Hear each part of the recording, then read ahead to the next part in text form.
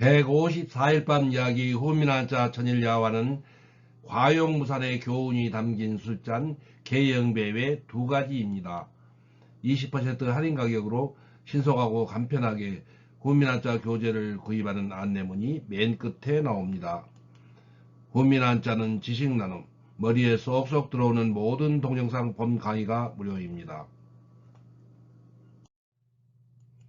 개영배는 과용무산의 교훈이 담긴 술잔입니다.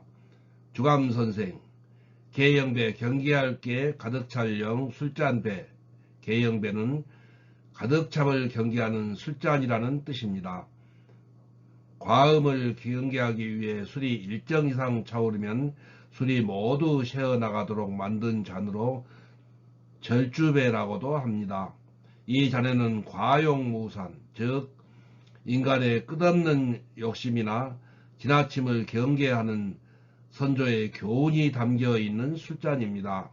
한돌자, 조선조의 도공 우명옥, 강원도 홍천 사람으로 그는 1771년 정조 5년에 태어났으며 본명은 우삼돌입니다. 단순하게 질그릇만을 구워 팔던 삼돌은 도자기로 유명한 번원에서 좋은 작품을 만들어 보는 것이 소원이었습니다. 마침내 그는 큰 뜻을 품고 고향을 떠나 궁중에 그릇을 만들어 진상하던 경기도 광주 분원으로 들어가서 조선 땅 최고 명의이던 지회장의 제자가 되었습니다. 주감선생, 젊은 20대 초반의 청년이었던 우삼돌은 주야로 스승의 지도 아래 피땀 흘린 노력 끝에 그의 도예 기술은 뛰어난 경지에 도달하였습니다. 그는 스승의 수준을 넘어 순백색을 띠는 설백자기를 만들어냈고 궁중에 진상되었습니다.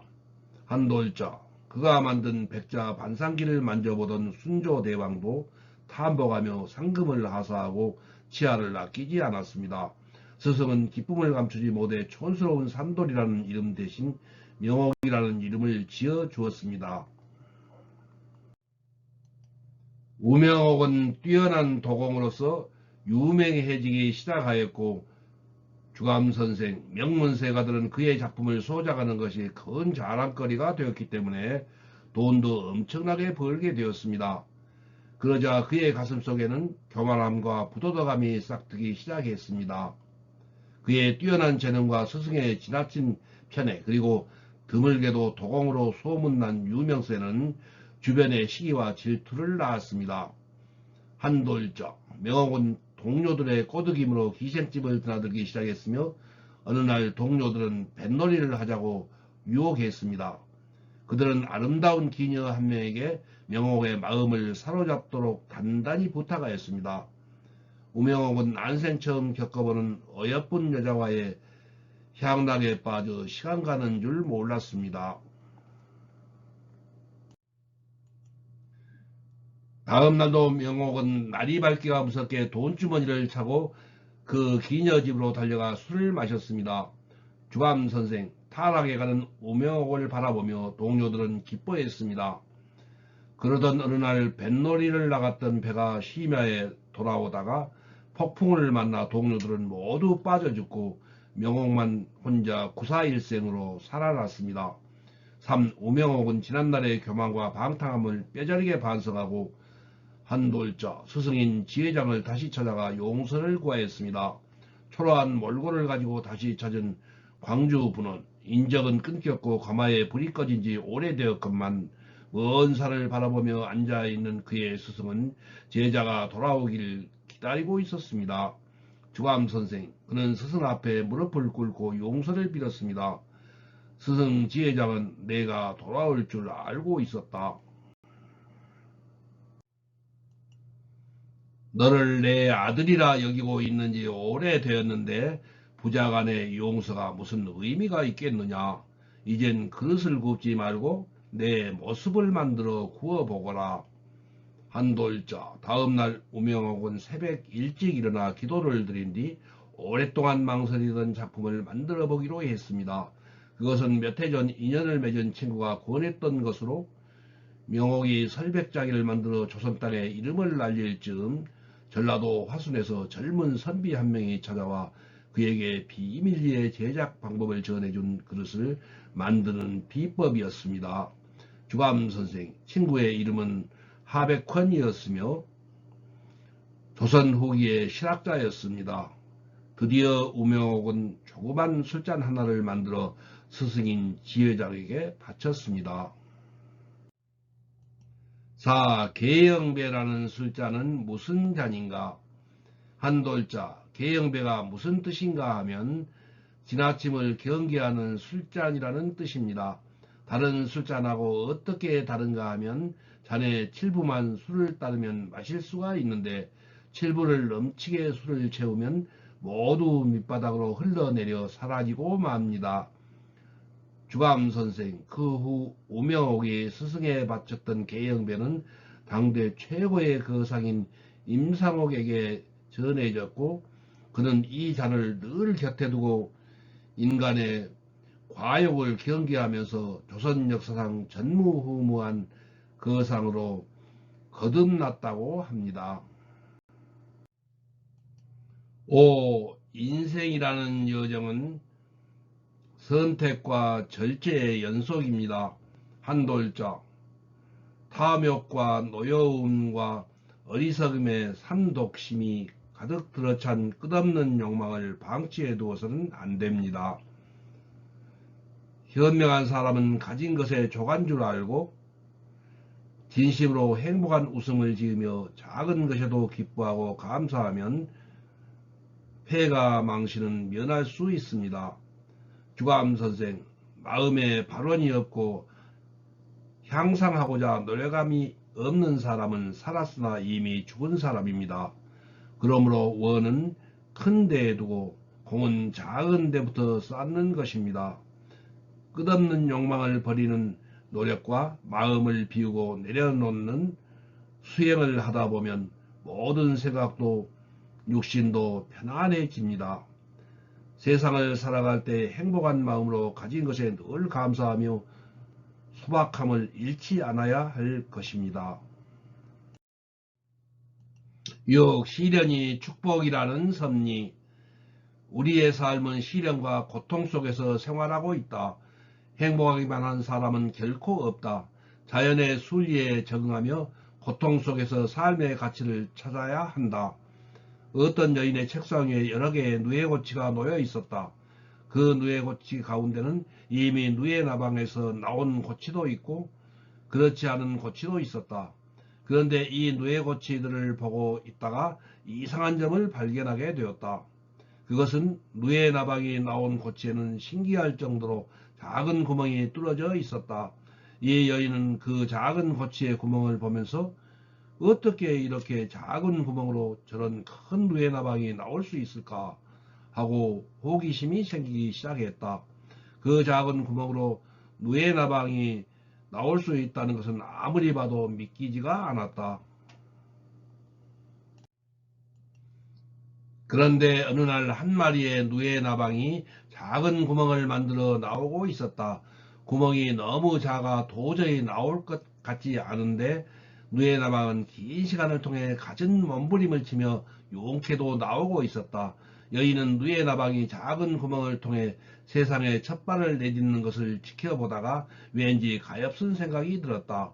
그래서 다른 누에나방이 세상에 편하게 나오도록 도와주기 위해 가위로 누에 고치에 구멍을 크게 만들어 주었다. 다른 누에나방은 날개가 찢기는 등 갖은 고통을 당하며 누에고치에서 겨우 빠져나오는데 반해 가위로 크게 구멍을 내준 고치에서 나온 나방은 아무런 상처 없이 쉽게 나와 아름다운 날개를 펄럭였다. 이를 보고 여인은 자기가 한 일을 스스로 잘했다고 생각했다. 그런데 이게 웬일인가? 잠시 뒤에 벌어진 상황은 전혀 다른 대조적인 모습이었다. 작은 구멍을 통해 힘들게 비집고 겨우 세상으로 나온 나방은 한 마리 한 마리씩 날개를 치며 공중으로 훨훨 날아올랐다. 그런데 가위로 구멍을 뚫어준 고치에서 쉽게 나온 나방은 날개를 푸드덕거리다가 날지 못하고 그만 비실비실 책상 위를 돌더니 지쳐서 잠잠해져 버리는 것이 아닌가. 이 과정을 끝까지 지켜본 여인은 누에 나방은 작은 구멍으로 나오며 애쓰는 동안 힘이 길러지고 물기가 알맞게 마르기 때문에 자연스럽게 나오게 되지만 그 과정을 겪지 않고 나온 나방은 순간적으로 편하게 나오긴 했지만 날아갈 수가 없다는 이치를 크게 깨달았다고 한다. 이 내용은 카프만 부인이 쓴 광야의 셈이라는 책에 나온 이야기이다. 우리들 사는 것도 이와 다르지 않다는 생각이 들었다.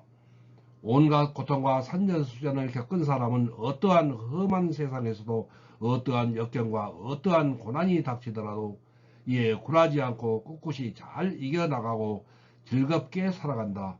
그렇지 않고 온실 속에서 자란 화초같이 어려움이 없이 크게 부족함이 없이 살아온 사람은 작은 시련에도 쉽게 좌절하고 쉽게 무너지고 쉽게 포기해버리고 만다는 사실이다.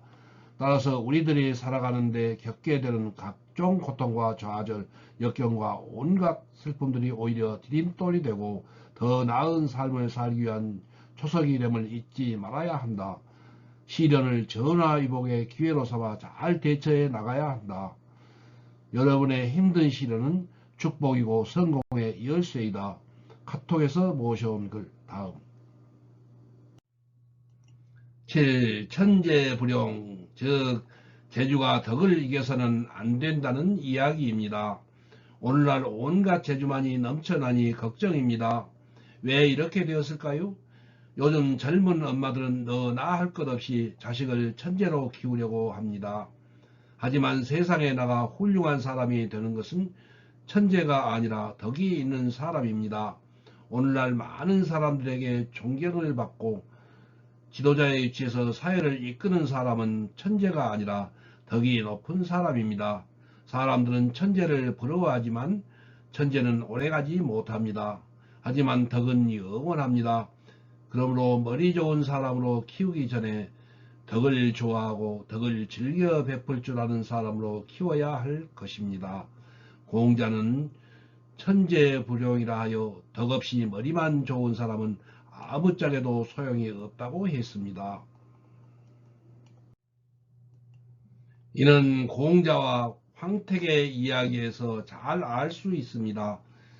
어느 날 공자가 수레를 타고 길을 가는데 어떤 아이가 흙으로 성을 쌓고 놀고 있었습니다. 그런데 수레가 가까이 가도 아이는 비켜줄 생각을 하지 않았습니다. 얘야, 수레가 지나갈 수 있도록 길을 비켜주겠느냐? 그런데도 이 아이는 쭈그리고 앉아 하던 놀이를 계속했습니다. 그러고는 이렇게 말했습니다. 수레가 지나가도 성이 비켜야 합니까? 아니면 수레가 성을 비켜 지나가야 합니까? 아이의 말에 공자는 똑똑한 녀석이라고 생각하며 수레를 돌려 지나가려 했습니다. 그러다가 아이에게 이름과 나이를 물어보았습니다. 그러자 이름은 황택이며 나이는 8살이라 했습니다. 이에 공자는 한 가지 물어보아도 되겠느냐? 그리고는 바둑을 좋아하느냐고 물어보았습니다. 그러자 황택은 이렇게 말했습니다. 군주가 바둑을 좋아하면 신하가 한가롭고 선비가 바둑을 좋아하면 학문을 닦지 않고 농사꾼이 바둑을 좋아하면 농사 일을 못하니 먹을 것이 풍요롭지 못하게 되거늘 어찌 그런 바둑을 좋아하겠습니까? 아이의 대답에 놀란 공자는 한 가지 더 물어봐도 되겠냐고 하고 자식을 못 낳는 아비는 누구냐라고 물었습니다. 그러자 아이는 허수아비라고 대답했습니다.